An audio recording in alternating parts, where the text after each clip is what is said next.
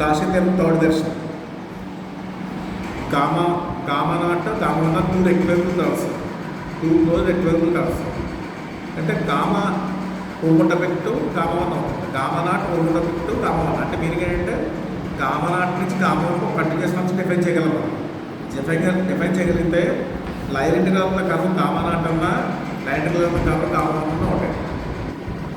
అందువల్ల కామనాట్ కామవల్ల 2 close రెక్టివేబుల్ curves అయినప్పుడు line curve కామనాట్ అన్నా, లైన్ ఇంటిగ్రల్ కర్వ్ కామవన్న అన్నా ఎప్ప ఒకటే వెళ్ళిపోతుంది. ఇక్కడ ఇచ్చిన ప్రాపర్టీ యూజ్ చేసుకోవాలను కామనాట్ ఈజ్ ఓమటపెట్టు కామవన్న. అంటే మీనింగ్ ఏంటంటే ఫ్రమ్ కామనాట్ టు కామవన్న అంటే కామనాట్ వచ్చేటట్టుగా మీరు కంటిన్యూస్ ఫంక్షన్ డిఫైన్ చేయగలరు. అర్థమైందా? ఆ ఫంక్షన్లో కామనాట్ వాల్యూస్ ఉంటాయి, కామ వాల్యూస్ ఉంటారు డిఫైన్ చేసే ఫంక్షన్. అది ఫస్ట్ రైట్. బట్ స్టేట్మెంట్ ఇచ్చిన మనకి కామనాట్ ఈజ్ ఓమటపెట్టు కామవన్న ఇచ్చాడు. ఒక ఫంక్షన్ డిఫైన్ చేస్తాం. ఎలాగ టౌ అనే ఫంక్షన్ 0, 0, 1 to G డిఫైన్ చేస్తామంటే టౌ ఆఫ్ S, 0 అంటే కామనాట్ of S, tau of S, 1 అంటే కామవన్న ఆఫ్ S, నాట్ ఉంటే కామనాట్ ఆఫ్ S, 1 ఉంటే కామవన్న ఆఫ్ S డిఫైన్ చేస్తాం. నెక్స్ట్ ఇది second component 0, second component 0, second component 1 రాస్తాం. అలా కాకుండా ఫస్ట్ కాంపోనెంట్ 0 అయిందనుకోండి, టౌ ఆఫ్ 0, 0, T అన్న టౌ ఆఫ్ 1, T అన్న ఉంటాయి అని డిఫైన్ చేస్తాం. ఫస్ట్ కాంపోనెంట్ 0, 1 వస్తే కామనాట్ కామవన్న డిఫైన్ చేయాలి. అదే ఫస్ట్ కాంపోనెంట్ 0 అయితే ఒకటే డిఫరెన్స్ అర్థమవుతుందంటే టౌ ఆఫ్ 0, T అన్న టౌ ఆఫ్ 1, T అన్న ఒకటే. ఇప్పుడు ఇక్కడ టౌ అనే ఫంక్షన్ ఇచ్చేది కంటిన్యూస్ ఫంక్షన్ అంటే కదా, ఎవరి కంటిన్యూస్ ఫంక్షన్ డెఫినిషన్లో అంటే ఫస్ట్ టైం చేసి సెకండ్ టైం చేయొచ్చు. కాబట్టి సెకండ్ పార్షియల్ డెరివేటివ్స్ కూడా ఇచ్చి స్టేట్ తీసుకుంటాం.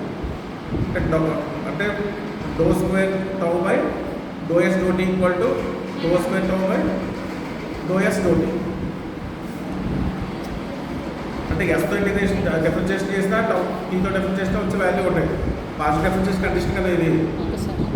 Do square U by doe X doe Y అయినా doe square U by doe X అని ఉంటుంది రాసి. ఇప్పుడు ఏం చేస్తాం, జీ అనే ఫంక్షన్ డిఫైన్ చేయాలి. ఎలా డిఫైన్ చేస్తామంటే 0, 1 F of tau of S, T do T by do S DS అని డిఫైన్ చేస్తాం.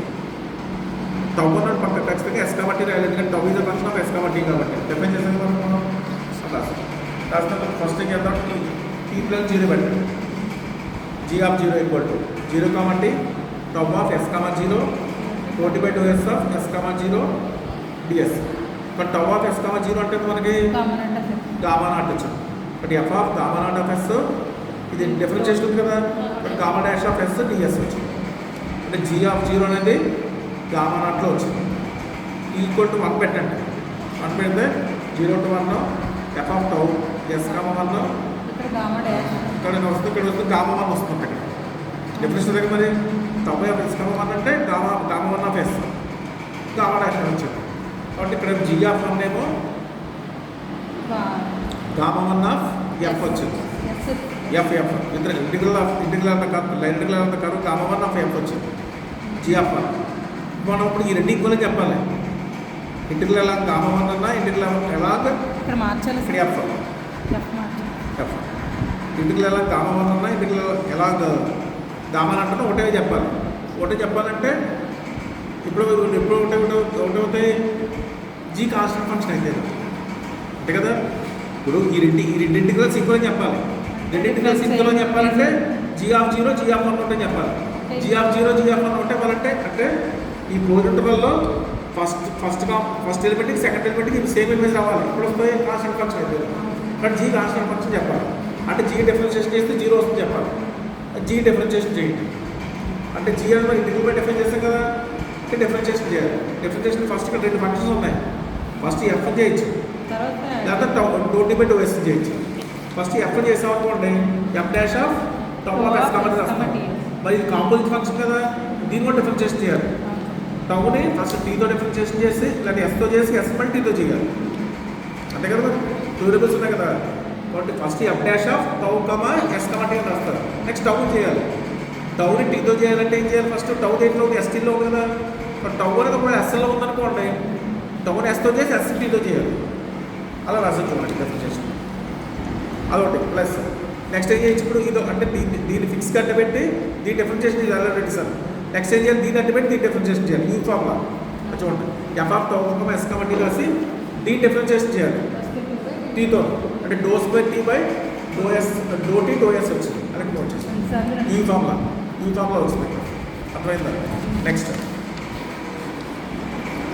అంటే G dash of T equal to 0 to infinity, ఇది అంతా డిఫరెన్షియేషన్ కదా వచ్చింది. మరి ఈ మోడల్లో వచ్చింది కాంపోజిట్ ఫంక్షన్ డిఫరెన్షియేషన్ అంటే do by do S of F circle tau of DT by do T by do T DS అని వచ్చింది. అంటే ఇక్కడ ఇంటిగ్రేషన్ చేస్తాం, ఎస్తోనూ డిఫరెన్షియేషన్ కూడా చేస్తాం. ఇంటిగ్రేషన్ డిఫరెన్షియేషన్ క్యాన్సిల్ అయిపోయింది. మనకి F circle tau of S T do T by doe tau by do T of S T వచ్చింది. 0 కంపల్ limits first upper limit substitution చేయండి, నెక్స్ట్ లోవర్ లిమిట్ సబ్స్టిట్యూషన్ చేసి. అర్థమైందా? First upper limit composite function కదా ఇక్కడ 2 ఉన్నాయి. F dash ఇది వచ్చింది, ఎఫ్ ఇది వచ్చింది. కాంపోజిట్ ఫంక్షన్ వచ్చింది. ఎఫ్ అడ్డు పెట్టాము, జీ డిఫరెన్షియేషన్ చేసాం, జీ అడ్డు పెట్టి ఎఫ్ డిఫరెన్షియేషన్ చేసుకుంటే F circle G old dash వచ్చింది. ఓల్డ్ డాష్లో డిఫరెన్షియేషన్ ఇంటిగ్రేషన్ క్యాన్సిల్ అయిపోయింది. ఇలా వచ్చింది F circle tau of 1 T do T by do S of do T by do T of 1 T అలాగే 0 వచ్చింది. కానీ మనం ఆల్రెడీ మనం రాసాం కదా టౌ ఆఫ్ 0 టీ కదా టౌ ఆఫ్ 1 టీ అన్న ఉంటాయి. బట్ ఈ 2 ఈక్వల్, బట్ ఇది క్యాన్సిల్ అయిపోయింది. బట్ మనం జీ ఆఫ్ టీ అనేది 0 వచ్చింది. For any T constant function అయింది. ఫర్ కాన్స్టెంట్ ఫంక్షన్ అయిందో డొమైన్లో డొమైన్ క్లోజ్లో 0 కావాలి కదా జీకి, but G of 0 G of 1 ఉంటూ ఉంటాం. బట్ జీ ఆఫ్ 0 లైన్ వల్ల కర్వ్ కామన్ అంటాం. But G of 1 line common 2 equals.